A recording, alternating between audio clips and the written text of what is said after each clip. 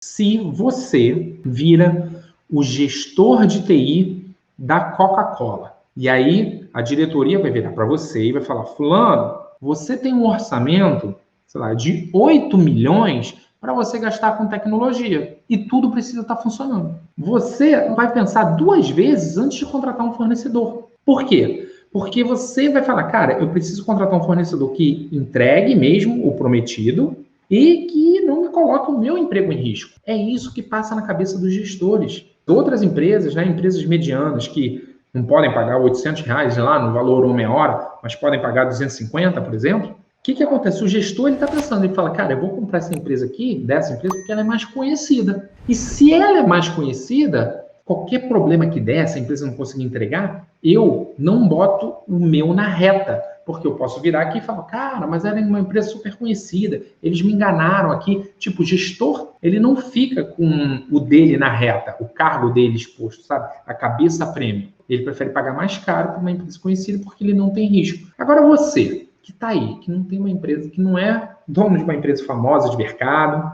mas que você quer vender. Agora que você sabe disso, o que passa na cabeça da pessoa, vamos pensar junto aqui. O que a gente faz, então, para a gente contornar isso e fazer venda para uma grande multinacional ou para empresas médias?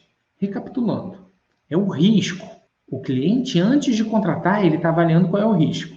A resposta é o seguinte, amigo: se você remove o risco do cliente, fica muito mais fácil dele te contratar. Imagina, cara, eu estou começando a minha empresa hoje. Imagina que eu comece hoje. Cara, a primeira coisa que eu faço, eu vou procurar clientes grandes e eu vou colocar propostas com garantia. E eu vou dar garantias fortes. E eu não vou cobrar tão abaixo do mercado, não. Provavelmente eu poderia cobrar abaixo, poderia cobrar tipo 10% abaixo, só porque eu estou começando, mas rapidamente eu ia tentar cobrar o preço do mercado até mais caro. Por quê? Porque você eliminar risco, isso vale muito. Por exemplo, imagina só que eu vou executar um serviço lá de migração para a nuvem. Cara, eu coloco lá, eu faço um cronograma, eu boto lá quais são as atividades que eu vou executar, quais são as atividades que é responsabilidade da equipe de TI do cliente executar, e eu boto lá: olha, as minhas atividades vão ser executadas no meu dia, nesse dia que está aqui no cronograma. As suas atividades eu já botei, da sua equipe, tem que ser executada nesse dia. Se a sua equipe executar essas atividades aqui, eu garanto que lá no final desse projeto, lá no último dia lá do cronograma, o projeto está entregue e você vai ter XYZ funcionando, tá bom? Então eu prometo o resultado. E ó, tem garantia. A garantia é o seguinte: eu vou começar esse projeto e se isso não acontecer no final do projeto, cara, você não precisa pagar. Você pode encerrar o contrato e você não precisa me pagar nada.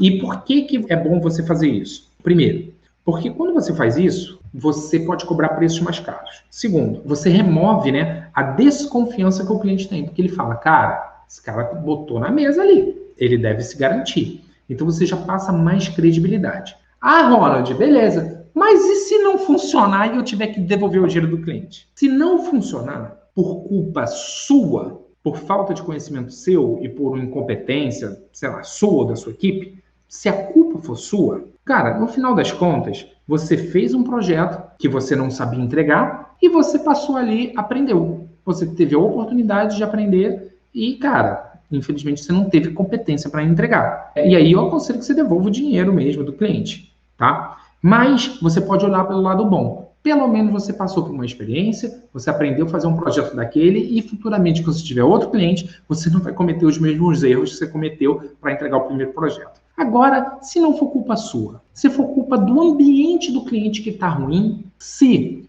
um técnico do cliente não quiser passar as informações, se o ambiente já está cheio de erro e tal, vamos falar disso. Imagina só, botei garantia lá, vou começar, tá cheio de pau, cheio de problema lá no ambiente do cliente. Primeiro, na prática, você que está aí, você não vai me deixar mentir, você pode comentar aí.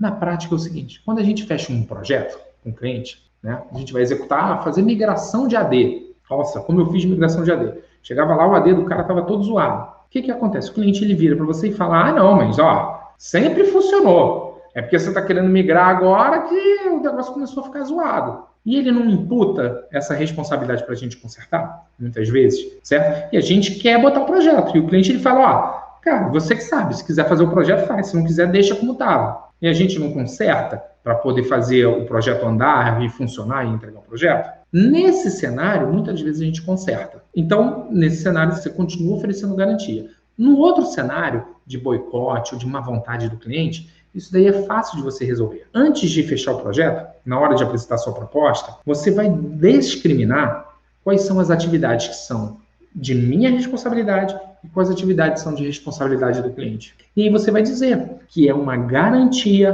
condicional. Se o cliente executar as responsabilidades que você escreveu ali no cronograma, por exemplo, eu começo na segunda-feira, então na própria segunda-feira você tem que me enviar login e senha de todos os servidores. Na terça-feira você tem que instalar lá um ambiente VMware. Na quarta-feira a internet tem que estar funcionando pelo menos com a taxa de upload de tanto.